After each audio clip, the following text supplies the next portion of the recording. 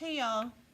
So we are going to move on to part 2 of making your sketchbook, which is making the book block for the inside, so making all of the pages. So you are going to be binding your pages together with needle and waxed thread, and this is exactly how professional bookbinders do it. So you're going to have a really professional, nice looking sketchbook. And the nice thing about this is if you run out of pages in your sketchbook, you will know exactly how to make it, and you'll be able to make another one. And you can even make them at home if you have the right size paper. So what you're going to need for this is paper. This is 11 by 17 paper. You could really use any size paper as long as, you know, when you're folding it in half, it makes a surface that is big enough for you to draw on. So you could totally do this at home.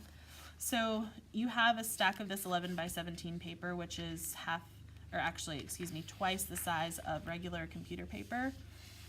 You have stacks of this at your table. You need to count out 3 groups of 5 pages.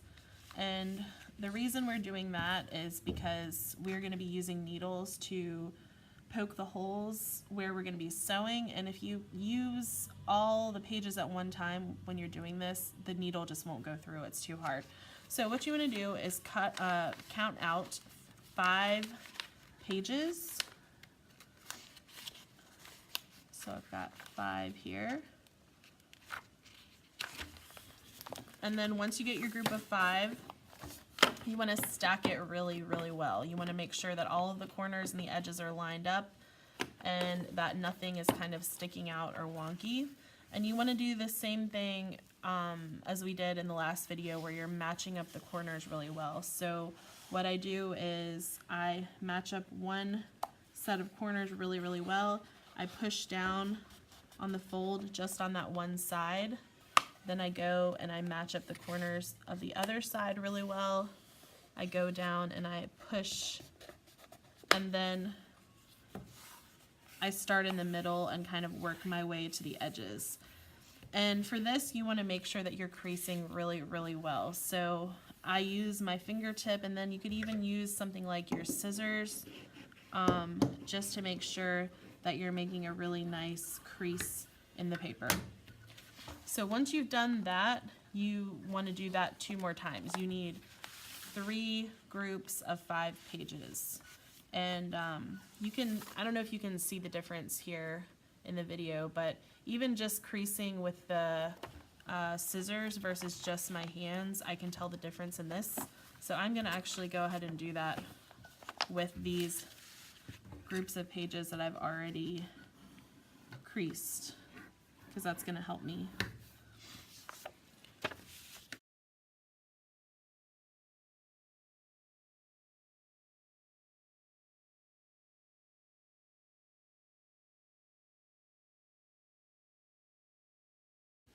So what I want to do now is get the rest of my materials to show you. So the other things you're going to need are a pencil. You're going to need one of these strips of paper, and on the top it says top, and on the bottom it says bottom. That's going to be important later, and you'll see why. Then you're going to need a needle, which there's going to be a container of needles in the middle of each table. You're going to need a piece of wax, and then some thread. So it doesn't really matter what color you pick out. You can use any color, and we'll get to that later.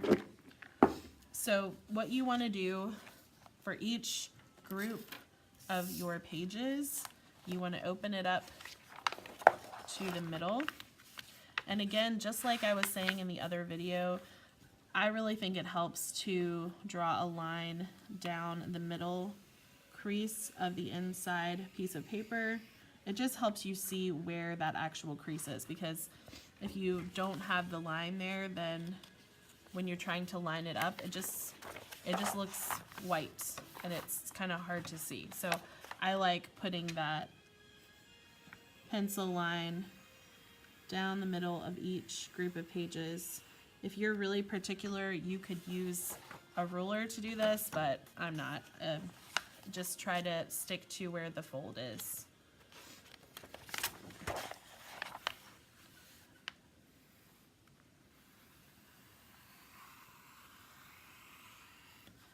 Okay, so I've got my line drawn on all three groups. For this, you want to re-situate your pages, and by that I mean you want to re-stack them and just make sure that all the corners and everything are lined up.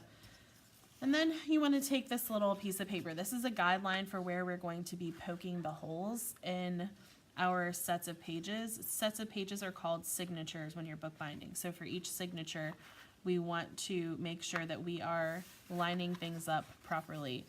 So this is exactly the same length as your paper, and I want to put this paper right against the fold. And to help myself later, I'm going to mark the top with a little T, and I'm going to mark the bottom with a little B, because I tried to measure all of these exactly the same, but there might be a little bit of inconsistency, and the inconsistency will matter when you're trying to line up the pages with the poked needle holes when you're sewing. So if it's a little bit off, the needle won't go through, and that will really make a difference. So you want to put a little bit of a marker. So a T and a B at the top and the bottom will help you.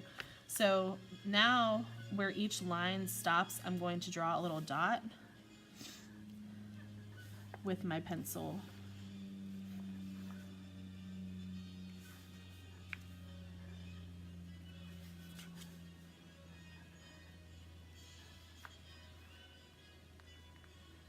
And you're going to do this the same exact way for every single signature.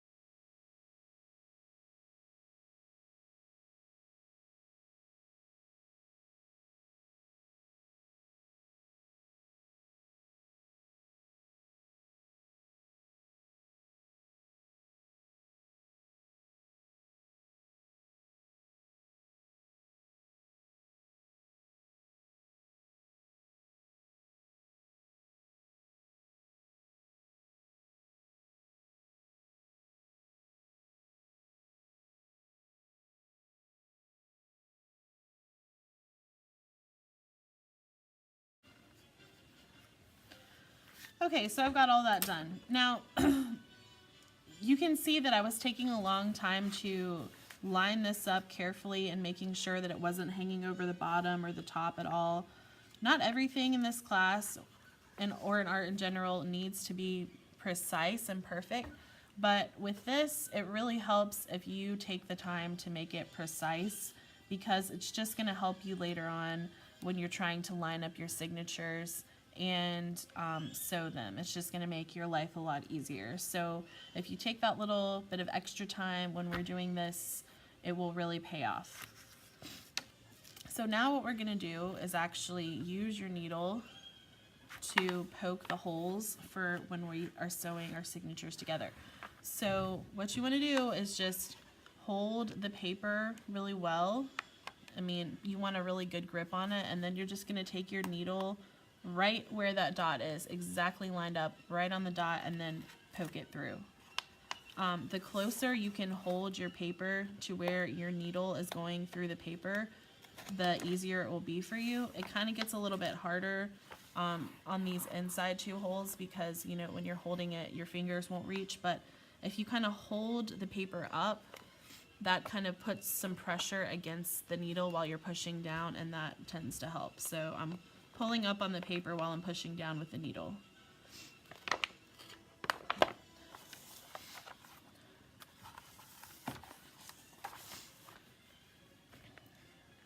Obviously, you don't want to hold it like this while you're poking this needle through this first hole. You want to hold it to the side, or else you're going to poke your fingers and have blood all over your pages, and that will not be good.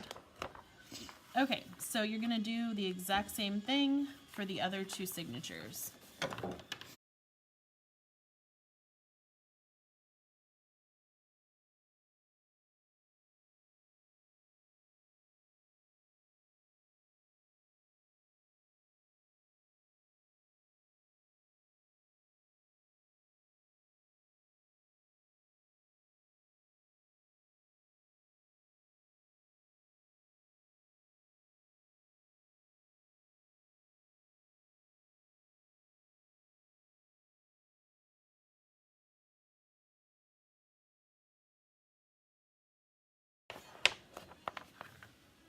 Okay, so we're done with poking the holes in our signatures.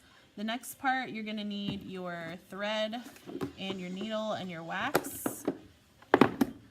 So you can go pick your color of thread, and then we will start in the next video showing you what to do with this sewing.